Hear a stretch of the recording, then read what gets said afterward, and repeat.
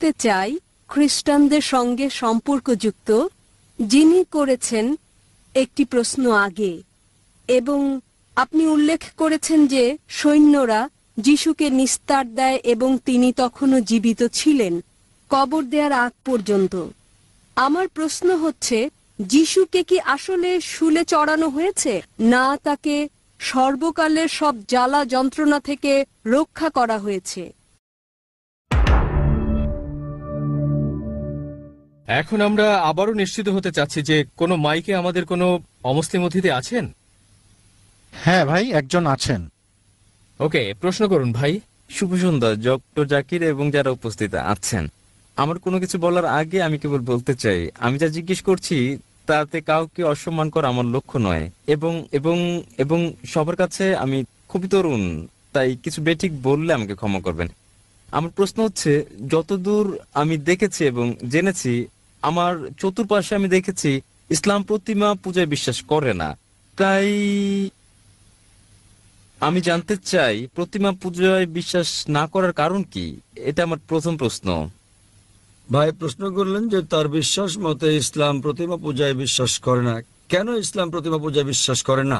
যে কারণে ইসলাম প্রতিমা পূজায় বিশ্বাস করে না তা হচ্ছে এটা নিষিদ্ধ। পয়েন্ট নাম্বার 1, আপনি ঈশ্বরের প্রতিমা বানাতে পারেন না।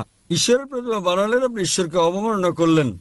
ধরেন আপনি প্রতিমা বানালেন এবং ধরেন প্রতিমাটা পড়ে গেল, প্রতিমাটার কি হলো? সেটা ভেঙে গেল। যদি প্রতিমা নিজেকে সাহায্য করতে না পারে, কিভাবে আপনাকে সাহায্য করতে পারবে?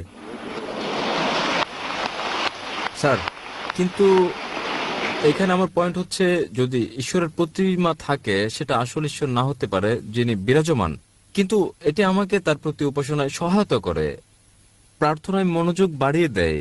যদি এটা সাহায্য করে আসল প্রার্থনায় মনোযোগ বাড়াতে, আপনার কি ধারণা এটা কি ঠিক?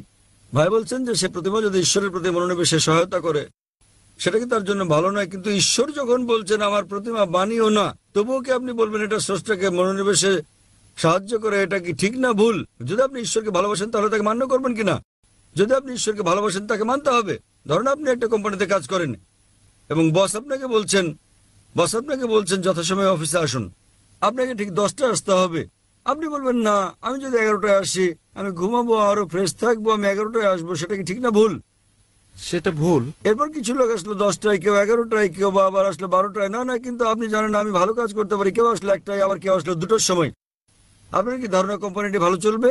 না, আমি আমার বসকে খুব ভালোবাসি। বস বলছেন যথাসময়ে আসুন, মানে 10টা।